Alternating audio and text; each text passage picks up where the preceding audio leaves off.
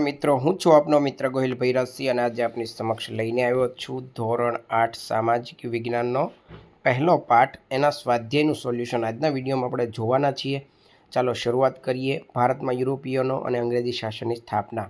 એક વાક્યમાં ઉત્તર આપવાના છે. પહેલા પ્રશ્નમાં તો યુરોપના કયા કયા રાષ્ટ્રોએ ભારત આવવાનો જળમાર્ગ શોધવા કમર કસી હતી? તો જવાબ છે પોર્ટુગલ, સ્પેન, હોલેન્ડ વગેરે.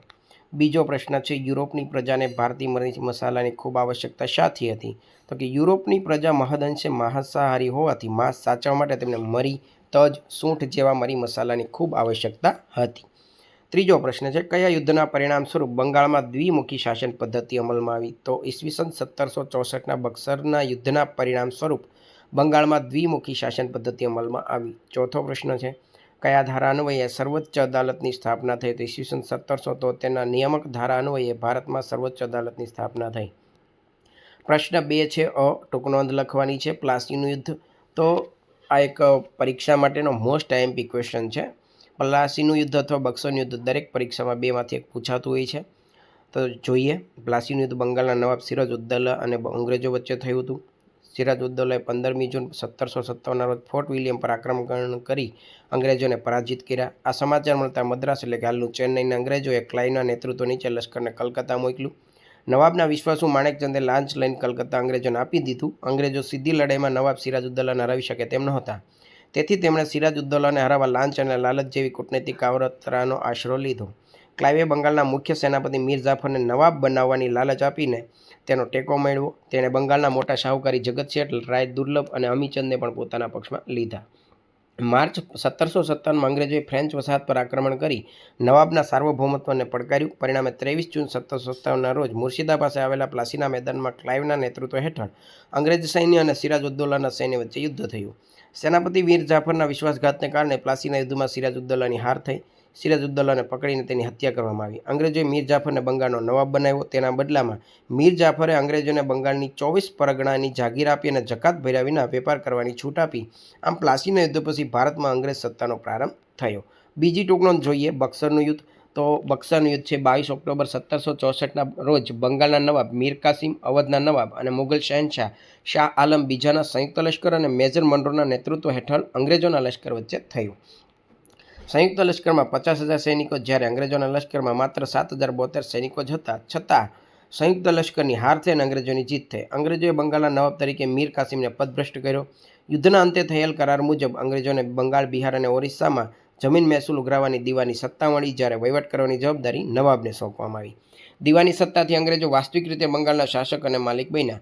આમ બક્સરના યુદ્ધથી બંગાળ, બિહાર અને ઓરિસ્સામાં અંગ્રેજોની અને નવાબની બેવડી શાસન પદ્ધતિ અમલમાં આવી. આ વ્યવસ્થા છે દ્વિમુખી શાસન પદ્ધતિ તરીકે ઓળખાય. ત્રીજી ટૂંક નોંધ છે, અંગ્રેજ મરાઠા યુદ્ધ.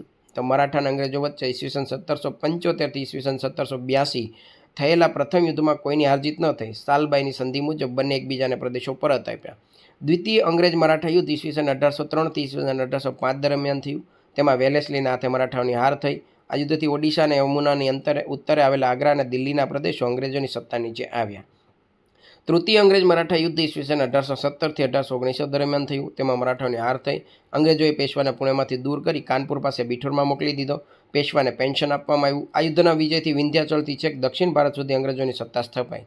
આમ ઈસવીસન 1818 સુધીમાં સંપૂર્ણ ભારત પર બ્રિટિશ સત્તા સ્થપાઈ ગઈ. ચોથી ટૂંક નોંધ જોઈએ તો મૈસૂર વિગ્રહો.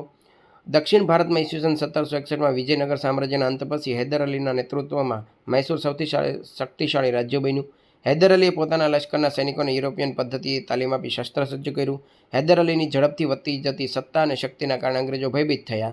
અંગ્રેજોએ મૈસૂરની સત્તા હસ્તગત કરવા મૈસૂર સાથે ઈસવીસન 1767થી 69, ઈસવીસન 1780થી 84, ઈસવીસન 1790થી 92 અને ઈસવીસન 1799ના વર્ષો દરમિયાન 4 વિગ્રહો કર્યા. આ વિગ્રહો પૈકી પ્રથમ 2 વિગ્રહો હૈદર અલી સાથે અને બીજા વિગ્રહો હૈદર અલીના શક્તિશાળી પુત્ર ટીપુ સુલતાન સાથે થયા. પ્રથમ વિગ્રહનું કોઈ પરિણામ ન આવ્યું. દ્વિતીય વિગ્રહ દરમિયાન ઈસવીસન 1782માં હૈદર અલીનું મૃત્યુ થતાં બંને પક્ષો વચ્ચે સંધિ થઈ. તૃતીય મૈસૂર વિગ્રહમાં ટીપુ સુલતાનનો કારમો પરાજય થયો. ચતુર્થ વિગ્રહમાં ટીપુ સુલતાન લડતા લડતા વીરગતિ પામ્યો. આમ અંગ્રેજોએ મૈસૂરની સત્તાનો અંત આણી બ્રિટિશ સામ્રાજ્યને સુદૃઢ બનાવ્યું. ગવર્નર જનરલ લોર્ડ વેલેસ્લીએ મૈસૂર રાજ્ય અગાઉના વાડિયાર રાજવંશને સોંપ્યું અને તેને સહાયકારી યોજના કરવાની સ્વીકારવાની ફરજ પાડી. પ્રશ્ન 2બ. નીચેના પ્રશ્નોના ઉત્તર આપો. યુરોપિયન પ્રજાને ભારત તરફનો જળમાર્ગ શોધવાની ફરજ પડી. વિધાન સમજાવો. તો પ્રાચીન કાળથી ભારત અને યુરોપના દેશો વચ્ચે મોટા પાયા પર વેપાર ધંધો ચાલતો હતો. એ સમયે યુરોપના બજારોમાં ભારતમાંથી મરી મસાલા, તેજાના સૂત્રા કાપડ, રેશમી કાપડ, સુરોખાર, ગળી, ઇમારત, લાકડા, અફીણ વગેરેની મોટા પ્રમાણમાં નિકાસ થતી હતી. પૂર્વ અને પશ્ચિમના દેશો વચ્ચેનો વેપાર મધ્ય એશિયાના જમીન માર્ગે થતો. એ સમયમાં કોન્સ્ટેન્ટિનોપલ શહેર ભારત અને યુરોપ વચ્ચે જમીન માર્ગે ચાલતા વેપારનું મુખ્ય મથક હતું. ઈસવીસન 1453માં તુર્કોએ યુરોપનો પ્રવેશદ્વાર ગણાતું શહેર જીતી લીધું. પરિણામે યુરોપના દેશોનો ભારત સાથેનો વેપારનો માર્ગ બંધ થઈ ગયો. યુરોપના દેશોમાં ભારતનો માલ જતો બંધ થઈ ગયો. યુરોપની પ્રજા મહદઅંશે માંસાહારી હોવાથી માંસ સાચવવા તેમને ભારતના મરી મસાલાની અત્યંત આવશ્યકતા હતી. યુરોપના લોકોને ભારતના મરી મસાલા, તેજાના સૂત્રાવ કાપડ વગેરે વિના ચાલી શકે તેમ નહોતું. તેથી યુરોપિયન પ્રજાને ભારત તરફનો જળમાર્ગ શોધવાની ફરજ પડી.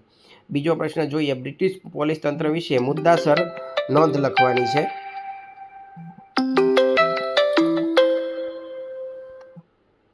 તો આપણે એમાં જોઈએ તો લશ્કર જેટલું જ બ્રિટિશ પોલીસ તંત્રનું મહત્વ હતું. તેથી ગવર્નર જનરલ લોર્ડ કોર્નવાલિસે ભારતના કંપનીના તાબાના સમગ્ર વિસ્તારના પોલીસ તંત્રમાં એકસૂત્રતા લાવવા કેટલાક સુધારા કર્યા. તેને પરંપરાગત ભારતીય સામંતશાહી પોલીસ ખાતાની જગ્યાએ આધુનિક પોલીસ ખાતાની સ્થાપના કરી.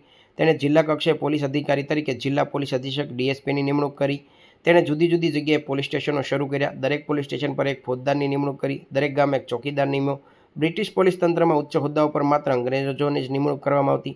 ભારતીયોની સિપાહી કોન્સ્ટેબલ કક્ષાએ ભરતી કરવામાં આવતી. ત્રીજું, ભારતની પ્રજા માટે વિદેશી શાસન અને વિદેશી કાયદો એ બંને અસ્વીકાર્ય છે. મહાત્મા ગાંધીના વિધાનને સમજાવો. તો જોઈએ, વિદેશી શાસન અને વિદેશી કાયદો બંને ભારતને પરાધીન સ્થિતિમાં રાખનાર મુખ્ય પરિબળો હતા. બંને પરિબળોએ ભારતમાં બ્રિટિશ સામ્રાજ્યના પાયા મજબૂત બનાવ્યા હતા. બ્રિટિશ શાસનના વિવિધ તંત્રોએ ભારતમાં ગરીબી, બેકારી અને ભૂખમરો સર્યા હતા. ગામડાનું અર્થતંત્ર છિન્ન ભિન્ન કર્યું હતું. શહેરોમાં અનેક સમસ્યાઓ ઊભી થઈ હતી. અંગ્રેજોએ ભારતીયો વિરુદ્ધ નિરંકુશ રીતે વિદેશી કાયદાનો ઉપયોગ કર્યો હતો. પરિણામે ભારતમાં બ્રિટિશ શાસન પ્રત્યે અવિશ્વાસનું વાતાવરણ ઊભું થયું હતું. મહાત્મા ગાંધીએ પણ બ્રિટિશ શાસનમાંથી ભારતને સ્વતંત્ર કરવા ચલાવેલી રાષ્ટ્રીય ચળવળ દરમિયાન લખ્યું હતું કે ભારતની પ્રજા માટે વિદેશી શાસન અને વિદેશી કાયદો એ બંને અસ્વીકાર્ય છે, કારણ કે તેનાથી ભારતીય જનતાની સુખાકારીને બદલે બ્રિટિશ સ્વાર્થની પૂર્તિ થાય છે. ચોથો પ્રશ્ન જોઈએ. દ્વિતીય અંગ્રેજ મરાઠા યુદ્ધના પરિણામો જણાવો. તો દ્વિતીય અંગ્રેજ મરાઠા યુદ્ધ ઈસવીસન 1803 થી ઈસવીસન 1805 વચ્ચે થયું. તેમાં ગવર્નર જનરલ વેલેસ્લીના સૈન્યના હાથે મરાઠાઓની હાર થઈ. આ યુદ્ધથી ઓડિશા અને યમુના નદીની ઉત્તરે આવેલા આગ્રા અને દિલ્હીના પ્રદેશો અંગ્રેજોની સત્તાની નીચે આવ્યા. ત્રીજો પ્રશ્ન છે તો વિકલ્પોમાંથી સાચો વિકલ્પ શોધી ઉત્તર લખવાનો છે. ભારતમાં પોર્ટુગીઝોની રાજધાની કઈ હતી? તો સી ઓપ્શન ગોવા આવશે. બીજું, ગોલકોન્ડાના શાસક પાસેથી ફરમાન મેળવી મછલીપટ્ટમમાં પોતાનું સ્થાન જમાવનાર યુરોપિયન પ્રજા કઈ હતી? તો બી ઓપ્શન ડચ. ભારતમાં ન્યાયતંત્રની શરૂઆત કરનાર અંગ્રેજી અધિકારી કોણ હતો? તો ઓપ્શન છે ડી વોરન હેસ્ટિંગ્સ. તો મિત્રો, આ રીતે ધોરણ 8 સામાજિક જ્ઞાન પ્રથમ પાઠ જે છે એના સ્વાધ્યાયનું સંપૂર્ણ સોલ્યુશન આજના વિડીયોમાં આપણે જોયું છે. તમામ પાઠના સોલ્યુશન આ ચેનલ ઉપર મૂકવામાં આવશે, તો ચેનલને સબસ્ક્રાઈબ કરી લેજો અને વિડીયો જો પસંદ આવ્યો હોય તો લાઈક કરજો. નવા વિડીયો સાથે ફરી પાછા મળીશું. ત્યાં સુધી જય હિન્દ, જય ભારત, જય ગુજરાત.